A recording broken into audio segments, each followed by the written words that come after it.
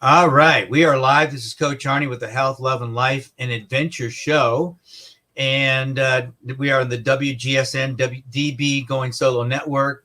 Thank you, CC Schatz, for providing this for us. And we are tonight, we are going to have a special guest who I've been kind of chasing around here the last few weeks because of, for two reasons. One, it's the busy season at the Grand Canyon.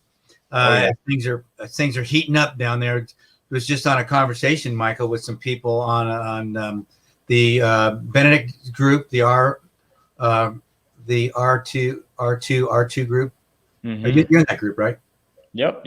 Yeah, and a friend of mine down in Tucson was making a comment that the Rangers are kind of looking at over social media and trying to, and they did, and it spooked Benedict because I saw him. He jumped in there and commented, and because that's how he got caught. 8 or 9 years ago, he was. I don't know if you know this or not. He was running That's how I started. That's how I learned how to do the canyon.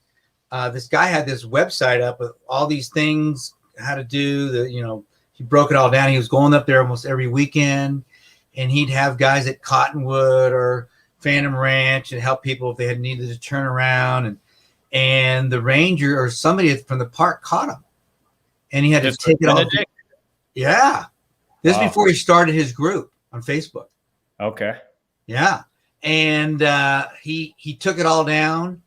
And then I ran into him on my first one in 2014. And I met him at the North Rim. First, I met him we met at the Maziak food court the night before, but I never got to talk to him. And he got to know my daughter because I was with my daughter and her son-in-law. And then I saw him at the North Rim. And it's funny, that's the day that he was trying to break 10 hours. And he hurt his heart. He thinks he hurt his heart that day because he blew up going up Bright Angel. I think he was going up. He might have been going up South Cottonwood, but I think either one. Yeah, he just blew up. And interesting. Yeah, because I ran into him at the top of the North Rim, and he commented on some shirt I was wearing. And then I got his phone number from my daughter, and I got to call this guy. I got to figure out what this is all about. And I just fell in love with the canyon that weekend. I started trying to figure this doggone thing out. And then he did a double, 4 or 5 years ago. He did a double. And then I was helping him train for a triple this was before he left for North Carolina. So that had been maybe 3-4 years ago. So when you say a double, are you talking about what you did, R5? So the quad crossing. Yeah, very cool. He did that. He did it. Dang. He did it. Yeah, and then he was training for a triple. And then stuff just started happening. Yeah, and then Christoph did it. He did he did 4, right? Mm-hmm. Yeah, he did 4 in less time than the record was for 3. Yep. Because I think the FKT for 3 is 65 hours. Yeah, something like that. And this guy comes around in like 58 hours, right? Because he sent me the link. I go, you got to be kidding. And Christoph, he's my age or maybe a hair younger. I don't think he's 62, is he?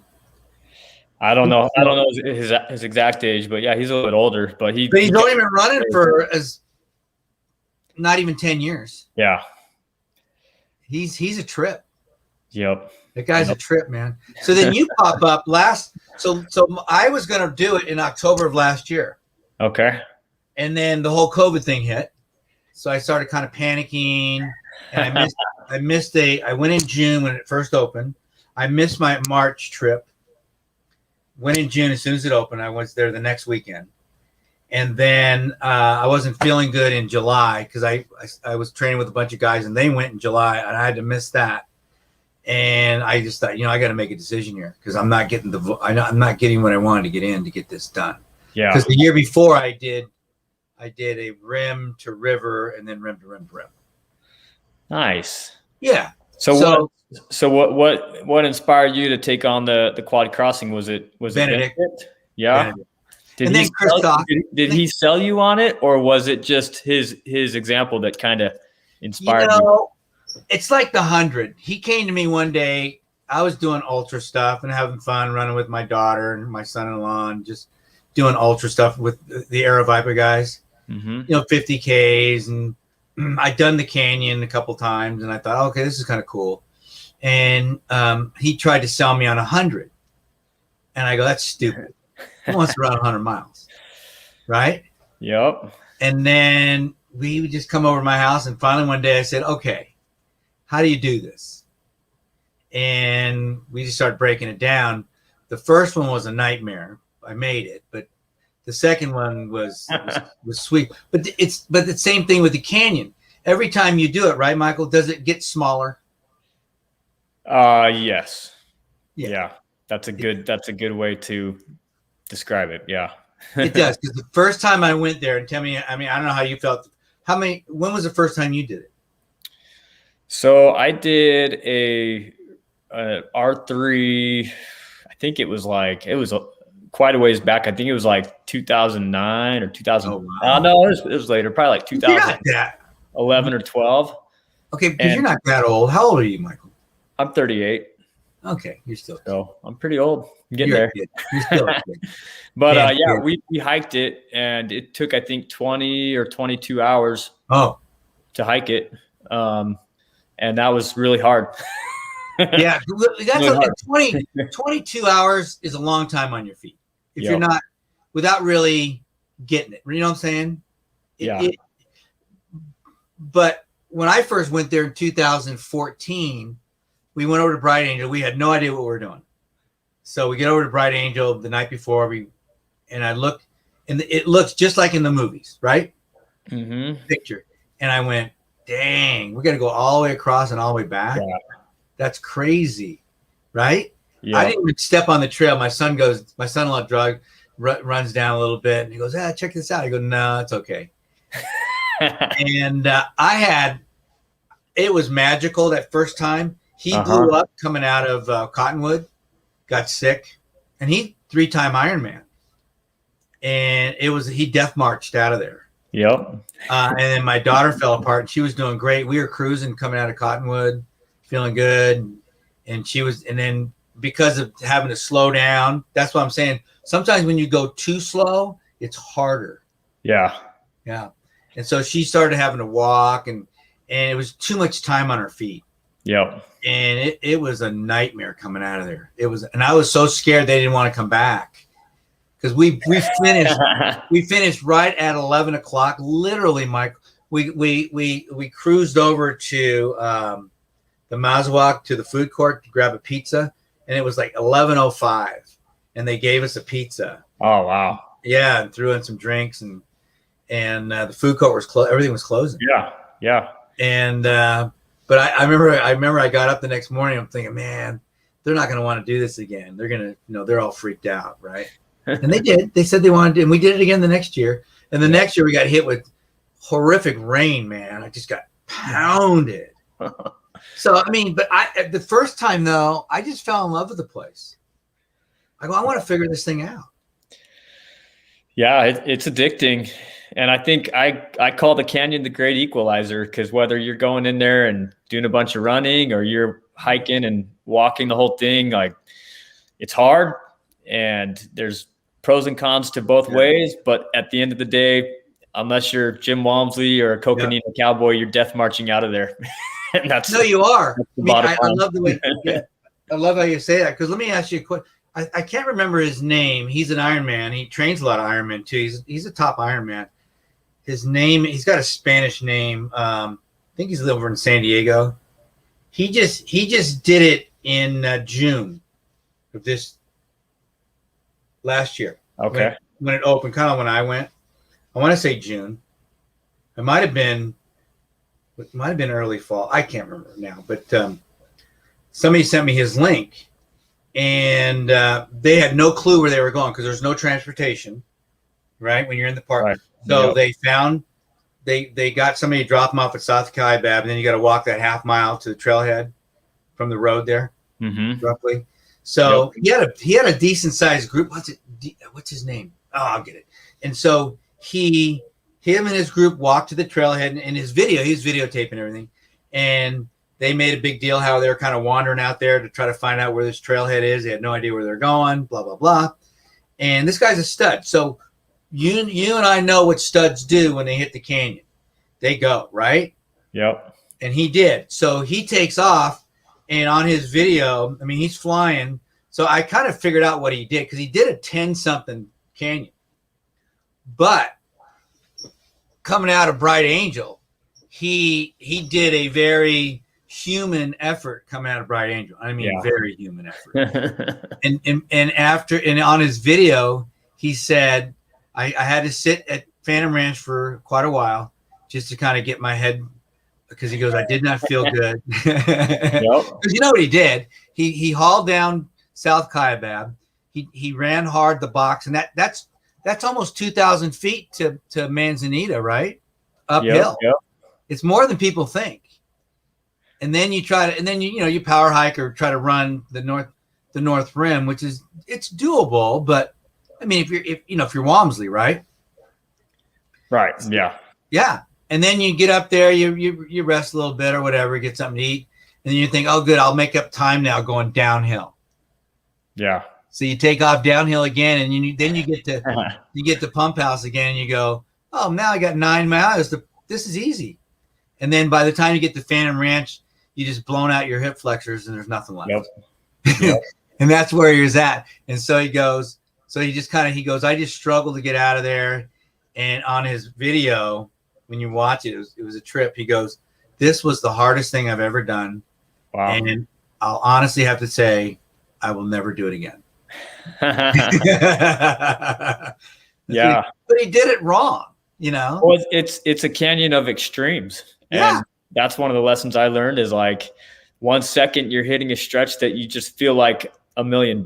You feel like you could take on anything. And then 2 minutes later, feel like you're dying. It is. So we all make those mistakes where we get in those little pockets and maybe push too hard, or we neglect our eating, and then it's like, oh crap, we pay for it later. I think we all have or do make those mistakes, and it's I had one. I'm sure you've had an experience where the stomach wasn't working down there.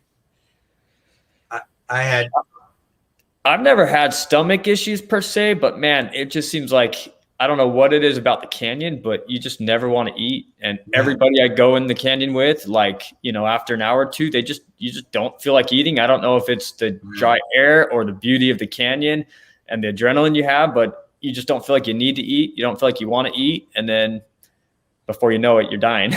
I did that last June. I did it. I went South Kaibab. So it was last June, and I go all night. So I started about 4 p.m. Nice. And then my goal was to finish about 7, 8 o'clock in the morning. Perfect. And when I was on my way to Cottonwood, probably I don't think I was at the falls yet, Ribbon Falls, and I just couldn't eat anything. Yeah. If stuff wasn't working, I was using Vespa. Vespa was really the only thing I could use. And then I got to the North Rim, and I go, I'm okay. And but when I got to Phantom Ranch, I wasn't eating. I had a coffee that I was carrying with me that I didn't feel like eating. Drank that, but then it just whacked me halfway up South Kaibab. I was leaning on my poles, dude. It was like, this sucks. I saw a guy eating a sandwich, Michael. This guy that passed me up. He passed me up, and I was so pissed. And he was sitting on a rock eating a sandwich. I wanted to reach over and grab his sandwich because that looked good. But I didn't have a sandwich. So I've been carrying an almond butter sandwich with me ever since. Wow. Just in case I get there and I don't feel like eating anything else, I'll eat that damn thing. Your fail stop. Yeah, because I wanted that man's sandwich, whatever the hell he was eating, because I was, I had all the other normal crap, like dried fruit and all the things that I was eating. That time I was experimenting with some of these Epic bars. Mm-hmm. I was experimenting with those, and those are okay. And but I'd love to know what are your go-tos now when you're down there?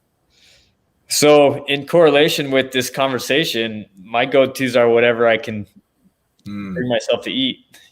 People always ask like, oh, what's your nutrition like? What do you recommend for nutrition? And now what I say is I recommend you eat whatever you're willing to eat at hour 15 or hour 20. Wow. So sometimes that might be gels. Sometimes it might be a Coke and a bag of chips, So I generally, for me, I was having some stomach issues early on. I mean, I really only started doing the ultra stuff back in like 2016, I want to say 2015, 2016. And man, I'd get past mile 30, 40, and man, I just would have stomach issues. And something that's worked really well for me is I've transitioned away from the gels and the chews and all that stuff. And I really try to keep it more whole foods. So, I like I think it's the Far's trail mix. Okay. I like the little go-go squeeze applesauces. There's a bar called That's It. Have you ever heard of the That's It bars? It's just these 100% fruit bars. Really? That's it? Yep. And then I like a good old fashioned burrito every 3 hours. Do you carry that? Do you carry the burrito with you? Yeah. You do. Well, yeah. So the first time I attempted to do the quad crossing, I was self-supported. And so I had, I want to say like 6 burritos and just, 30 pounds worth of like food. Okay. Hold on now. Cause when I did my, my rim to river, rim to rim, I was self-supported, but I parked my car at Bright Angel. I took the cab over to South Kaibab, went down to the river, came up to my car, reloaded everything, packed my pack for my normal R3. Yeah. And then took off. So, how did you do yours? Well, so this was 2019. And like I said, it was my first attempt. I didn't end up doing it. But I parked at Bright Angel, and my plan was to head down Bright Angel up to North Kaibab and then head up back down up South Kaibab and then flip around in reverse. So I literally had all my stuff. You had to carry it all with me. Yeah, my shoulders were super sore after that. And the thing is, I only ended up doing the double crossing because I got to that halfway point, and then all those doubts and fears start creeping in, and they kind of overtake you. And it's like, do I dare go back down there? And I chickened out, man. I chickened out that first time around. Well, that's okay. But you did under 30 hours, right? Yeah. So I did, I think it was 22, like about 22:20 or something like that. 22:18, I think. That's amazing. So, yep. So it all went right. Everything went right. And so the second time, what was your path? Same thing? So started out on Bright Angel, and then rather than coming back, so we went Bright Angel, North Kaibab, South Kaibab, but then I went back to North Kaibab and back to South Kaibab. Okay. So I didn't head back up Bright Angel, and part of that was because actually, you probably know, but there's a gal doing the same thing the same day from the same direction. I remember that. That was Crystal McGee. And so she was doing North Kaibab to South Kaibab back and forth. And so we were passing each other, every crossing. And so that was a big part of staying on that route. And then too, it's shorter, it's like, had I gone Bright Angel going back, you got the extra mileage. Yeah. It's funny because when I just did it a month ago, I just did it and I went South Kaibab, and even when Benedict, because he didn't know that I had gone, because there was, I went up there was like 2 feet of snow on the North Rim at night. And he goes, you came back up Kaibab? I go, and my main reason I've been doing Kaibab a lot on the up is just, I want to be mentally ready, because it is a grind. Yeah. It's just relentless. And I don't want that to own me. So if I want to finish, let's say if I'm doing the double and I'm coming back, I get to Phantom Ranch, I'll be ready water wise because I'll carry an extra bottle or whatever I'm going to carry. Mm-hmm.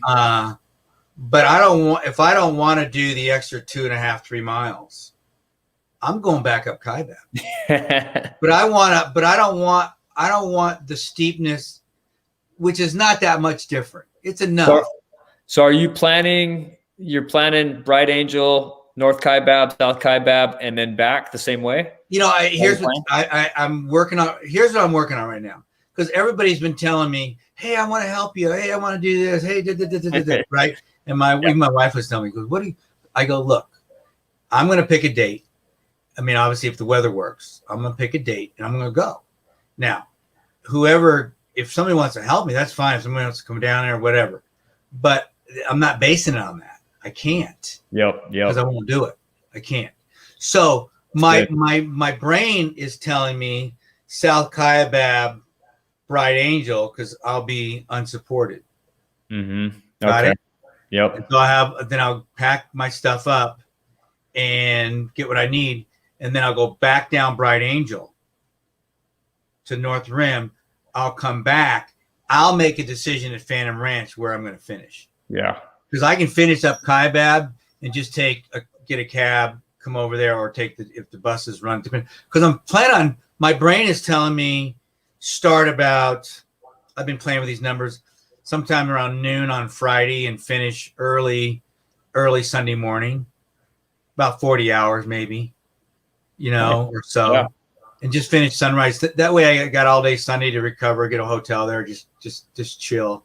Yeah. And then or a place in Flagstaff, and then just zombie out till sometime on Monday and then come home. But that's what, see, I want that option, that if I'm unsupported, I want that option to make, because when I'm coaching guys, I mean, obviously I'm not coaching guys like you because you're a different cat, but most of the guys like me, the mid-pack guys, I tell them, you need to have a plan. So when you get to Phantom Ranch, if you're dying at Phantom Ranch, it doesn't matter.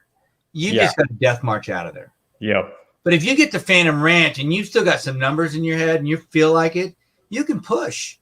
You can. I've done it. I mean, you've done it. And you can push out of there and you feel great. I did it a month ago, and I tweaked my hamstring coming out of the Ribbon Falls area. Just the dumbest thing in the world. I kicked the rock. I had my flashlight in my hand too. Yeah. It was like midnight, and I came. You know how that up and down area there, right there. It's just And so I was coming around the corner. I just kicked the rock with my freaking left foot, and I just tried to catch myself with my right foot, and I just I tweaked my hamstring. I go. I was having the best run ever. Right. It's one of those. I'm reminded. Remember Caddyshack, the movie Caddyshack? I remember the movie. I don't remember that. It was before you were born. I remember it. I know. But there's a scene in the movie where this priest is playing golf, and it's pouring down rain and everything and lightning, and Bill Murray is going, "Hey, do you want to keep playing?" He goes, "I am having the best round of my life," and he ended up getting struck by lightning and dying. But that's how I kind of felt like, no, you're kidding me. This is not happening now. Yeah. So, but the first thing in my head is I got to get out. I'm coming up Kaibab with a bad hamstring. How's that going to work? But I just said, no, just stay with the plan. Stay with the plan. And I got to Phantom Ranch. I felt pretty good. And I got about halfway. I got about a mile, almost 2 miles up Kaibab.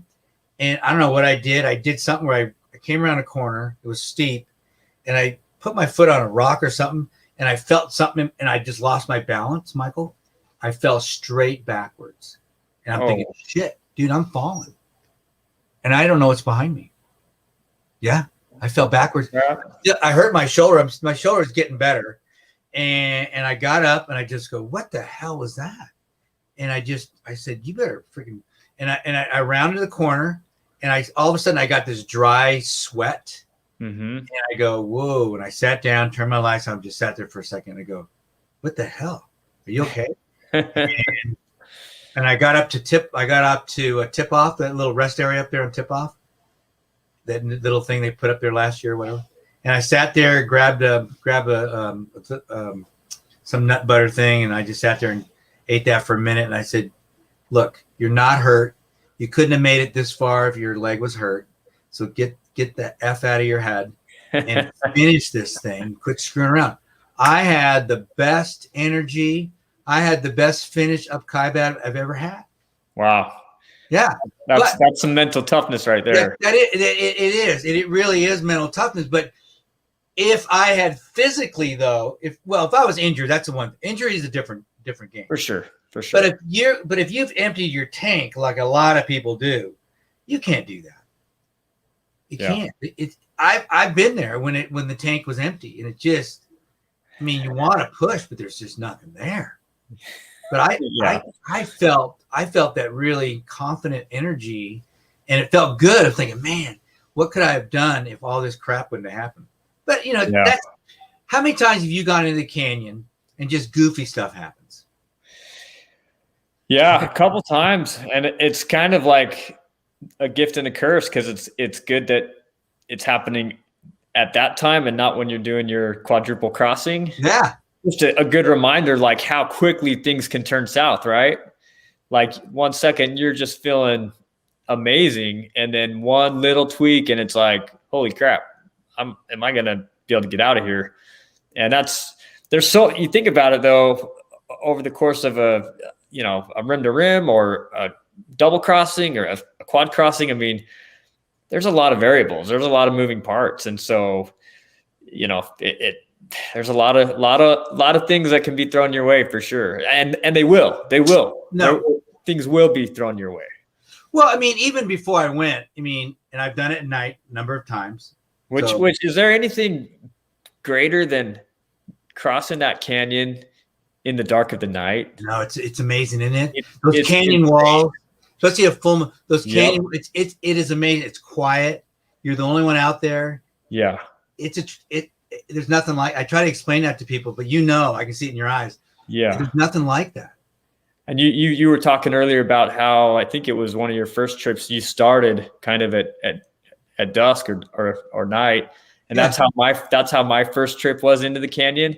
And same deal that you described. Like I remember up until that point, like it was like, oh yeah, we're gonna do it. And then as I'm sitting there looking across the canyon as it's getting dark, it got real very fast. It was like, we sure we want to do this? Well, one of my goals, Michael, has been since last year, right before they closed the park, to do it with some snow. I've done some ice on the South Rim, but I go, what's it like to climb the North Rim with some snow, right? Yeah. And so they had a big snowstorm last March, and I missed it because everybody said, "Oh, don't go." And then I talked to some people that went, and they go, "Oh, it was cool." I go, "This is doable." So I'm ready. And so Benedict goes, "You better go," and they closed it. Dang it! They closed it the next week. So I said, "I blew it. That was my fault. I waited." So this year they had the big snowstorm, right? And literally. That week it snowed on Wednesday, and then it snowed again on Friday, because I was going to go on Friday. I go, well, I'm not going to go on in the snowstorm because I'm crazy, but I'm not. But all week long I'm thinking to myself, you're going up the North Rim in the dark with snow. And I was getting, the brain was playing games with me a little bit. Are you okay with that? Are you okay? You ready? I go, I'm ready. I had no idea what I was ready for.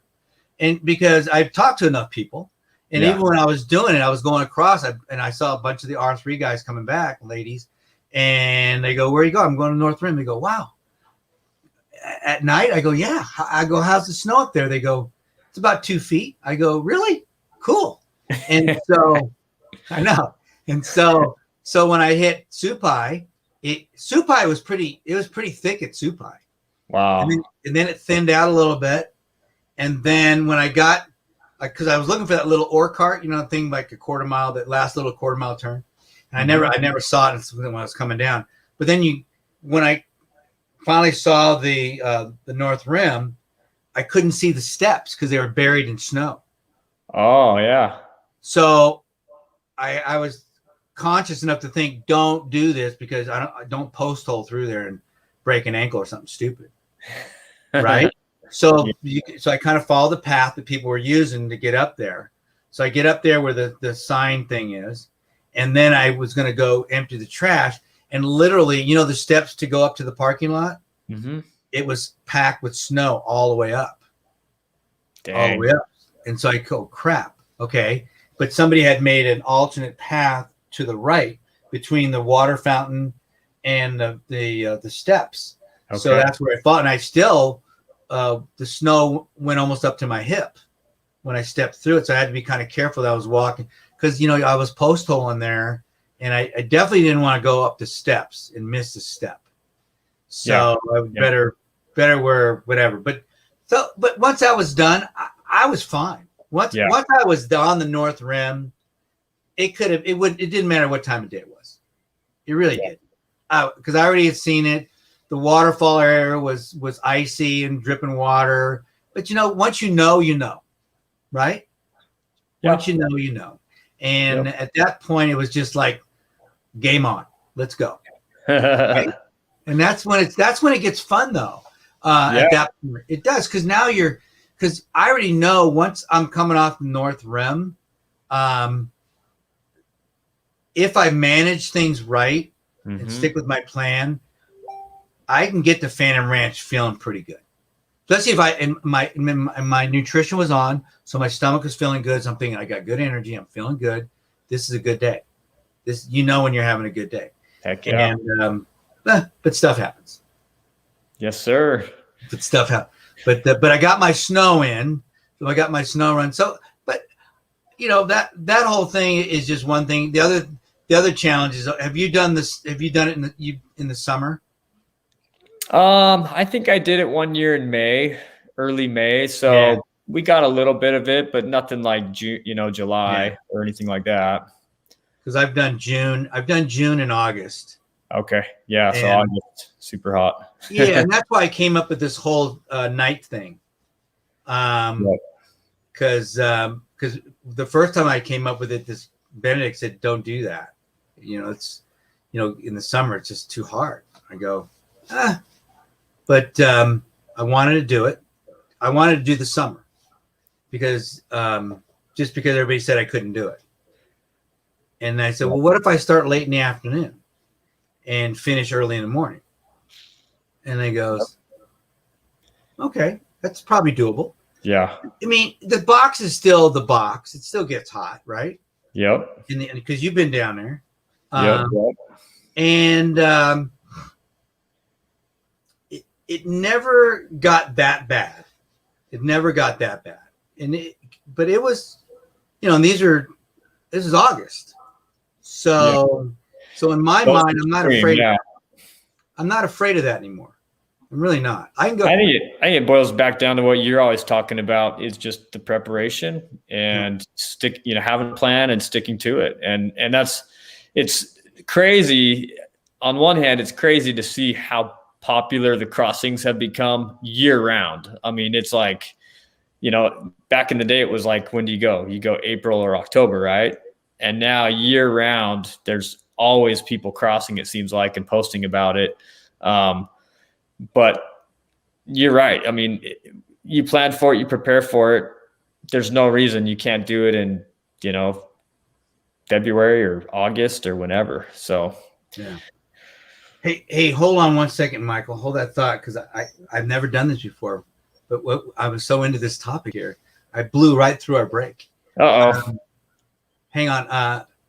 Let's take a minute and let's take our break right now. I know that God, I can't believe I did that.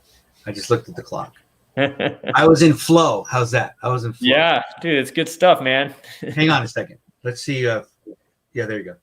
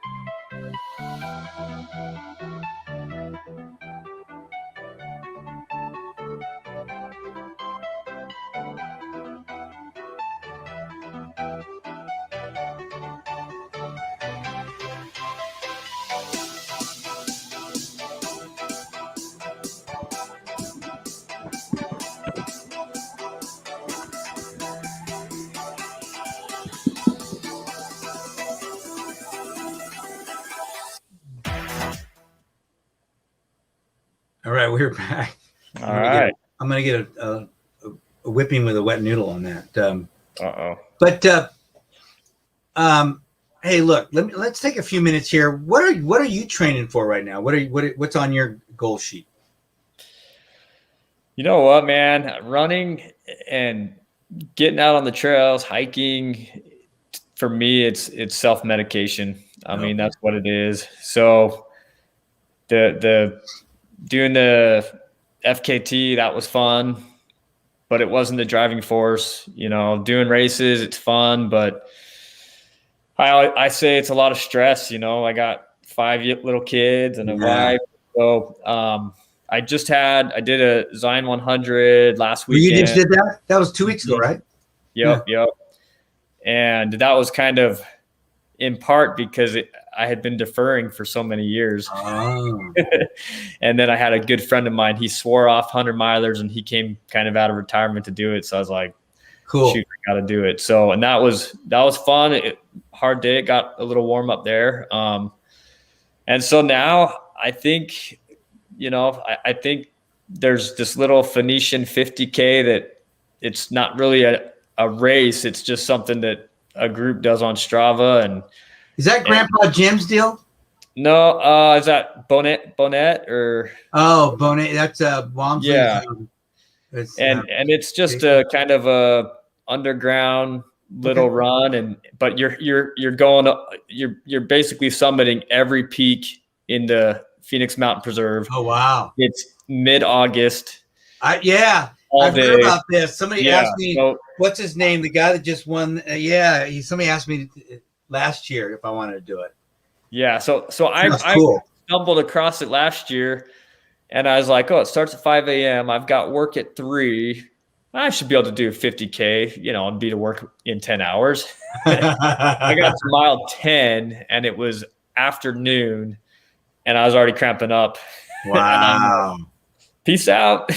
So I didn't know what to expect, and I didn't prepare for it at all, And so now I'm kind of like, all right, I want to go after it this year.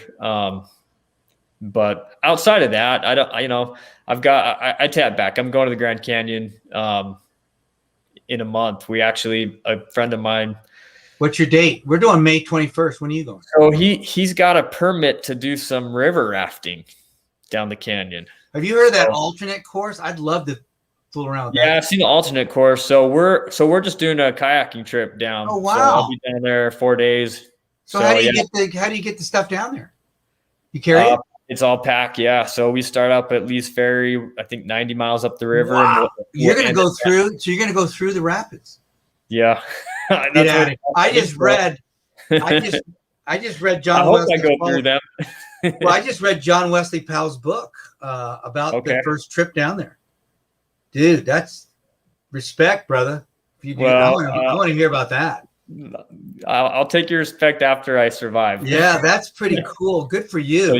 So that'll be kind of a bucket listing for sure. So yeah, but otherwise, just get out there in October when you're doing your R5. Yeah. Well, here's the thing. Here's the way I'm approaching a lot of this stuff now. Is I don't get so wound up in times anymore. It's kind of like I've been looking at like kind of a NASCAR pit crew. Just be smooth. Just don't get wound up with just work on just little things. So when I go to the canyon, every time I go to the canyon, I'm trying to work on something different, whether it's nutrition, whether it's, a walking pace downhill or something that I think I'm going to need when I'm, at hour 35 of, or mile 90. Right. Yeah. And because to me, it's not about, it's just like you getting out there And if I get into that mode, if that grind mode, Michael, where I'm just, I've already gone through all the levels. It's just now just finish. Yeah. But I want to feel good because I've been there where you're hating life.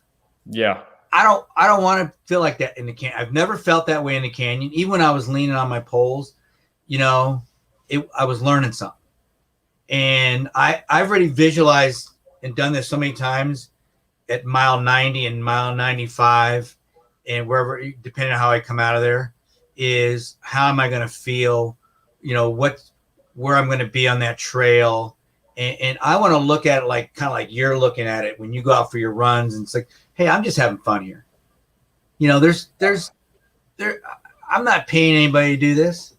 I'm just doing it, And if I can share this with somebody.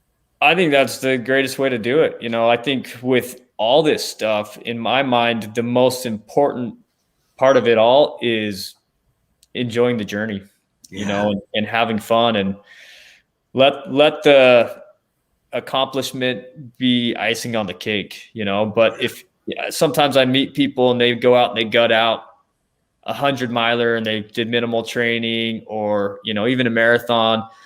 And I'm always like, that's amazing. Congratulations. But a part of me is kind of thinking like, man, you sold yourself short a little bit. You missed out on maybe the best part of the opportunity just through training, through that whole experience. And, that's, in my mind, that's kind of what it's all about. That's where you really learn. That's where you really grow.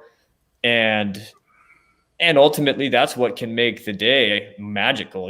That's how I would describe the quad crossing. It was just truly a magical day. And a lot of that has to do with the preparation and the journey leading up to that point. And if I had kind of, winged it a little bit, I don't know that I would have left the canyon feeling that way. But ultimately I'm like you. I came out of that canyon and I wanted to go back in. I know. And, that whole next week, I call it canyon withdrawals. I'm going through these canyon withdrawals. And I think that's, if you do it right, that's how it will be. It certainly is. I mean, because I'm itching right now to get I'm heading over to Black Canyon, Black Mountain on Saturday. Okay. Because I'm just itching to get my vertical going again. Cause I did Mount Ord the last 2 weekends. Yeah. But I did it with somebody. So I did it their pace because I was just kind of just work. I didn't want to, if there was an injury in my hamstring, I didn't want to make it any. I wasn't going to push until I couldn't feel anything. So right. So now I'm itching to get that vertical going again. But kind of a little story I want to share with you here on somebody, what we were just talking about there, and I'm trying to help him not to do this, but he's got a time in his head. Yeah. And he's one of these guys. He's a great guy. But he's going up there to celebrate his birthday. He's done it. This will be his 4th time. And every time he goes there, he gets disappointed. And I'm thinking to myself, gosh, I don't know what that feels like. I mean, I've been there where things didn't work out, but I was never disappointed. I've been there with stomach issues. I've been there with injury issues. I've been there with stuff, but I was never disappointed, right? Right. But the only reason he's disappointed is because he didn't hit his time. And I'm thinking, dude, no one gives a shit. No one cares. I mean, unless you're going for an FKT, no one cares. And the idea here is the experience, the training. Like this year, he's trained better than he ever has because he's listening. I've got him doing things he's never done before. He's working on posture. He's working on all these little things. And I know if he just does this, he'll be prepared. And I told him, I said, whatever happens on that day, it doesn't matter. Because like you just said it. He's not missing out on the most important part, which is that journey up to there. So what he needs to do is just focus on having a good day and just enjoying life, man. Yep. And doing his best. Yeah. Because with a relaxed brain down there, when your brain is relaxed, you're more likely to have a better day. Yeah, I'd agree with that for sure. So many guys get tightened up because they think they have to shatter some record, or they told everybody they were going to do it in 15 hours, or they were going to do it in 10 hours, or whatever they said. Yep. But the canyon, look, you're not going to beat the canyon. Well, if your focus is on anything other than the canyon, then you're really missing out. Yeah. So Yeah. I had a friend of mine text me, I think the night before, and he said, FKT or bust. And I replied, and I said, no, it's R5 or bust. You know, in my mind, it was to finish it. But more to that, you know, in my mind, I wasn't going to let some time consume my 20 hours in the canyon, you know? So like one of the things I love the most about the canyon, I'm sure you can relate to this, is the people you meet. Oh man. People that are out there, you know, on their own adventures. And so, you know, it's just so fun to rub shoulders with them, have conversations with them. And yeah, could you cut that stuff out and maybe shave off 15, 20 minutes? Sure. But again, I just think you're selling yourself short. And so that was my mindset was, man, I'm going to enjoy the canyon. I'm going to be in there 20 hours. I'm going to just enjoy every minute of it. And you know what, like you said, if I'm at Phantom Ranch for the last time, about to head up South Kaibab, I've got a shot.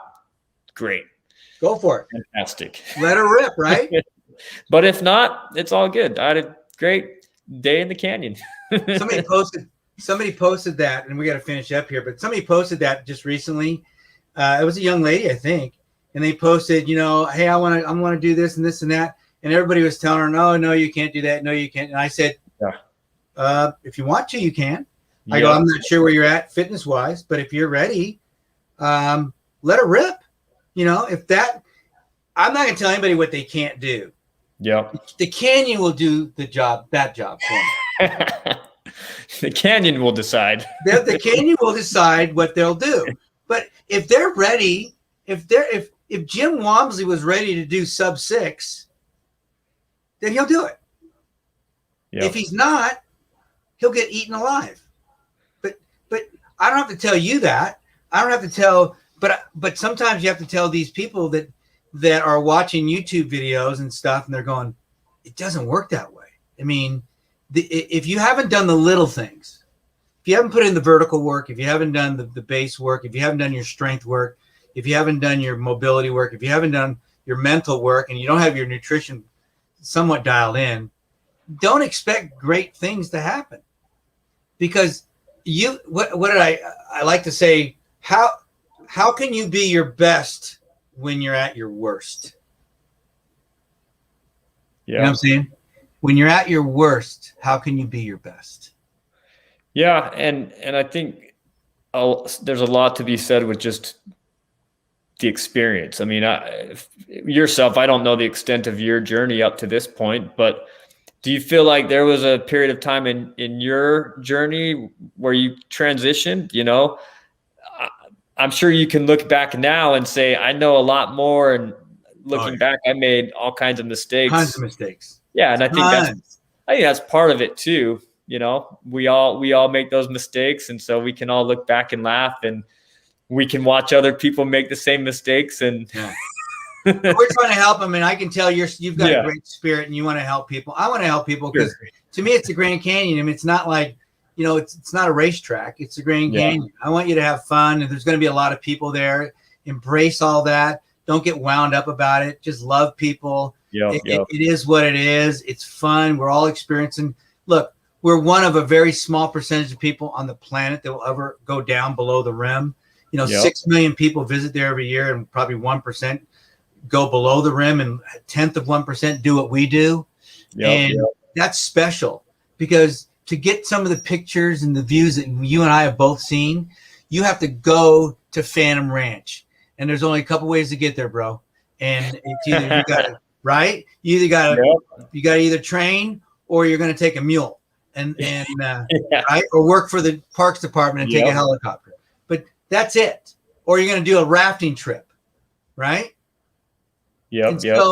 So embrace that and just enjoy that. And hey, Michael, we got to go. Listen, I know we haven't made a big deal about anything that you do, but it's great. Do you want anybody to know how they can contact you or follow you on Facebook or any of the things that you're doing on Strava or anything like that? let us know. Yeah, I mean, I'm pretty easy to find. So Michael Greer, Facebook, Strava, and definitely I will say, number one, I want to talk to you more, Arnie. Yeah, we will. We will. But the quad crossing totally changed my view of the canyon, totally changed the experience, truly was magical. And I think you're going to see a lot more people doing it over the coming years, partly because they're going to do it and then they're going to tell everybody how amazing it was, similar to the R3. Yeah. So anybody that's thinking about doing it, considering it, I'd say do it. You know, I thought it'd be boring, and man, it was amazing. And I'm stoked for you, Arnie. So yeah, well, awesome. 21 is the year. We'll be talking here. We'll be talking. Well, thank you, my brother, Michael. You're a blessing. Thank you so much for your time tonight. And this is the longest show I've ever done, so I appreciate you. And you're awesome. I appreciate you, man. All right, we'll be in touch. Yeah. Okay. Bye bye. Have a great evening.